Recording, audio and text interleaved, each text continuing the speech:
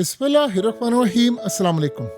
Israel और Iran के दरमियान जंग किसी भी वक्त शुरू होने वाली है दोबारा, और मामला बड़े खतरनाक हद तक आगे चले गए हैं। सिनेरियो इस वक्त ये हुआ है कि इस वक्त इसराइल में तकरीबन 17 के करीब मिलिट्री कार्गो प्लेन्स जो कि भर कर सामान लेकर आ रहे हैं जंग का, जिनमें मिसाइल्स हैं, जिनमें म्यूनिशंस हैं, जिनमें तमाम की तमाम चीज़ें हैं, वॉरफेयर जैमिंग के सिस्टम से लेकर हर तरह की चीज़ इसको लेकर वो इजराइल में लैंड कर चुके हैं। और ये यूरोप से उनको सारी मदद आ रही है। अमेरिका भी जाहिर सी बातें कर रहा है। अब आप अंदाज़ा करें कि जब जंग बंद हो गई है तो हंगामी बेसिस पर ये सारे कार्गो प्लेन्स क्या करने के लिए आ रहे हैं।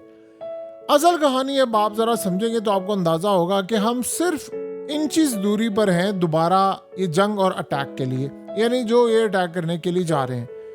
इस वक्त सूरत हाल ये पैदा हुई है कि इसराइल के खिलाफ ईरान ने ऐलान किया है कि इसराइल एक जाली हमले की तैयारी कर रहा है अमेरिका की सरजमीन पर। उन्होंने कहा कि इसराइल एक जाली हमले की तैयारी कर रहा है अमेरिका की सरजमीन पर, और ये इतनी खतरनाक सूरत हाल है कि जिसमें अमेरिका की सरजमीन पर एक जाली हमला किया जाएगा कि और उसका ब्लेम ईरान पर लगा दिया जाएगा, ताकि एक फुल स्केल वॉर अमेरिका और ईरान के खिलाफ लड़ी जा सके। और ये होने वाला है। अब आप जरा सारी सूरत हाल का जायजा ले, सिंपल सी आपको चीजें समझ आएंगी कि ईरान के खिलाफ भरपूर अंदाज में बहुत बड़ा असला, इक्विपमेंट, तमाम चीजें इजराइल पहुंच गई हैं। और ईरान ने ऐलान किया है कि अमेरिका की सरजमीन पर एक जाली हमला करने की कोशिश है, जैसे इंडिया ने किया। नाम उन्होंने पाकिस्तान पर लगाया और जंग छेड़ दी। और वो कह रहे हैं कि जंग बिल्कुल सर पर खड़ी हुई है, यानी ये काम करे और उसके बाद अमेरिका और ईरान की जंग छिड़ने वाली है, जिसमें अमेरिका के खिलाफ जाहिर सी, देखिए इजराइल का तो मामला डिफरेंट है ना। इस दफ़ा इसराइल की स्ट्रेटजी ऐसा लग रहा है कि बिल्कुल डिफरेंट तरह की होगी। यानी वो ये चाह रहे हैं कि इजराइल जंग में खुद आने की बजाय पहले अमेरिका से कहे कि आप लड़ाई करें, और उसके बाद वो अमेरिका की वॉर बनाए, ताकि अमेरिका के अड्डे इस्तेमाल हो जहां पर भी है मिडिल ईस्ट में, और नेटो उसमें बराह रास्त शिरकत करे। इजराइल पीछे रहे और इजराइल भी आए अटैक करने के लिए एज अ सपोर्ट करने के तौर पर। उसमें होगा क्या कि वो ये बता रहे हैं कि अगर ईरान पर अटैक अमेरिका खुद करता है और नाम लगा कर कि जी वहां पर ये हुआ है, तो अमेरिका के साथ क्या होगा। जाहिर सी बात है, जब अमेरिका खुद अटैक करेगा तो नेटो आ जाएगी, नेटो सारे ममालिक मिलकर चढ़ दौड़ेंगे। और ईरान अगर अटैक करेगा तो मिडिल ईस्ट में जाहिर सी बात है मुस्लिम कंट्रीज में उसके अड्डे हैं, तो वहाँ से उनकी एक लड़ाई होगी और वो आपस में सारे इनके खिलाफ होंगे कि इस दफ़ा ईरान का सफाया करके मामला तय करें। ये सूरत हाल आप अंदाज़ा कर लें कि किस लेवल पर हो रही है और क्या मामला है। अमेरिका के अंदर आप ये सोचें कि जब डोनाल्ड ट्रंप ने जाकर मुलाकात की नेटो के चीफ से और नेटो का हंगामी इजलास हुआ है, तो उन सब ने ऑलरेडी अमेरिका को बैक करने का फैसला किया है कि भाई अमेरिका अगर मामला खराब होंगे तो हम पूरी तरह अमेरिका के साथ खड़े होंगे। अब डोनाल्ड ट्रंप ने कहा है कि अगले हफ्ते हम ईरान से बातचीत करने जा रहे हैं। अब हो ये रहा है कि अगले हफ्ते ज़रा सूरत हाल बड़ी डिफरेंट है। अमेरिका ये चाह रहा है कि हमें ईरान को हर सूरत घुट्टों में गिराना है। वो उनके सामने सरेंडर टर्म्स रखने जा रहे हैं कि आप बिल्कुल सरेंडर कर दें हमारे आगे। जो वो नहीं करेंगे तो वो अटैक करने के लिए तैयार रहेंगे। देखिए मसला ये है कि अमेरिका करना चाहता है रिजीम चेंज ऑपरेशन, लेकिन रिजीम चेंज ऑपरेशन हमेशा याद रखिएगा, जब तक आप इन जैसे मुल्कों में जब तक आप फौज नहीं उतारते तब तक ये हो नहीं सकता। वहाँ पर ऐसा थोड़ी एतमाद आप ले आए, बावजूद इसके कि इसराइल का नेटवर्क जितना स्ट्रॉन्ग ईरान में है दुनिया में कहीं नहीं है। तो आदम एतमाद का तो मसला नहीं है, क्योंकि वहाँ पर जब तक आप आयतुल्लाह को नहीं हटाते तो मामला नहीं होगा। और वहाँ पर आयतुल्लाह और पूरा निज़ाम हटाने के लिए आपको सारे चीज़ें तलट पलट करना पड़ेंगी, आपको फ़ौज उतारनी पड़ेगी, आपको लोग सड़कों पर लाने पड़ेंगे, आपको बहुत सारा काम करना पड़ेगा। और ये इसी तरह होगा जैसे अफगानिस्तान में फ़ौज आपने उतारी, इराक़ में फ़ौज उतारी, उसके बगैर ये मामला हो नहीं सकता। अब बहुत सारे ममालिक, जाहिर सी बात है, जो ईरान के ख़िलाफ़ अपना बॉर्डर खोलेगा और जो जहाँ ईरान के बॉर्डर्स लगते हैं और अमेरिका को दावत देगा कि जाओ आप ईरान पर यहाँ से फौजें उतार लो, जाहिर सी बात है उसके खिलाफ तो ऐलान जंग होगा, बहुत बड़ी तबाही होगी। तो ये जो सूरत हाल इस वक्त पैदा हो रही है ये क्लियरली बता रही है कि एक बड़ी लड़ाई सर पर खड़ी हुई है और ये दोबारा किसी भी वक्त शुरू होनी है, और इस दफ़ा बड़ी ख़तरनाक होनी है। क्योंकि देखिए वहाँ पर आयतुल्ला को इलेक्ट करने का तरीका डिफरेंट है। उन्होंने पहले 3 लोग नॉमिनेट कर दिए। आज आयतुल्ला अली खामनाई ने कहा है कि अमेरिका इजराइल को बचाने इसलिए है क्योंकि हम इजराइल को तबाह करने के लिए जा रहे थे। इसमें कोई दो राय नहीं है कि इजराइल की बड़ी तबाही हुई है। अमेरिका अगर इस जंग में ना होता तो जाहिर सी बात है आज इजराइल का हशर नशर हो जाता जिस तरह ईरान ने लड़ाई लड़ी थी। तो ये जो आपको सारी सूरत हाल नज़र आ रही है उसमें एक बात तो तय हो रही है कि जंग जो है वो रुकी नहीं है। परमानेंटली जो जंग का सिस्टम था वो तो नहीं हुआ, वक्ती तौर पर जंग रुकी है, वक्ती तौर पर ये सारे का सारा मामला हुआ है, तो वो एक अलग चीज़ है।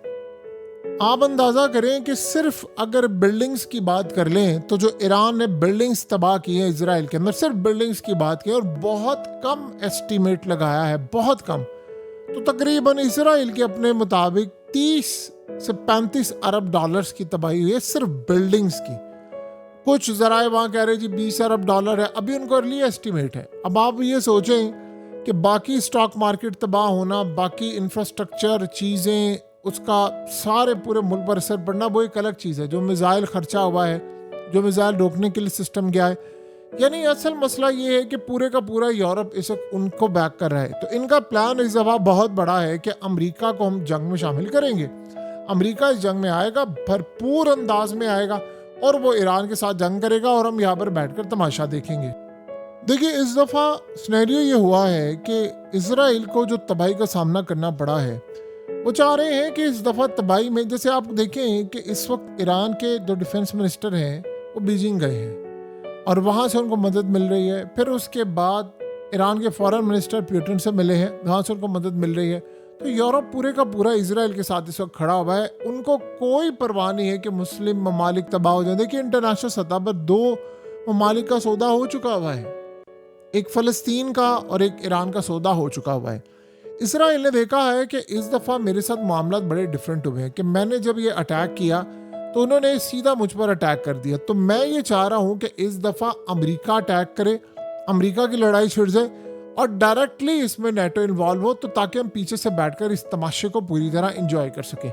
सो अब इस वक्त आप ये सोचें कि इसराइल के आर्मी चीफ से लेकर तमाम तर उनकी मीटिंग्स जारी हैं और वो फैसला कर रहे हैं कि हम अगली जंग में किस तरह उतरने वाले हैं। और उसमें मेन चीज़ याद रखिएगा, जो ख़ास तौर पर ईरान का 400 किलोग्राम जो यूरेनियम है जो बच गया है, जो वो लेकर निकल गए हैं, उसको टारगेट करना इस वक्त इन सब का मेन, यानी आप समझ लें कि पॉइंट होगा कि हमने उसको टारगेट करना है।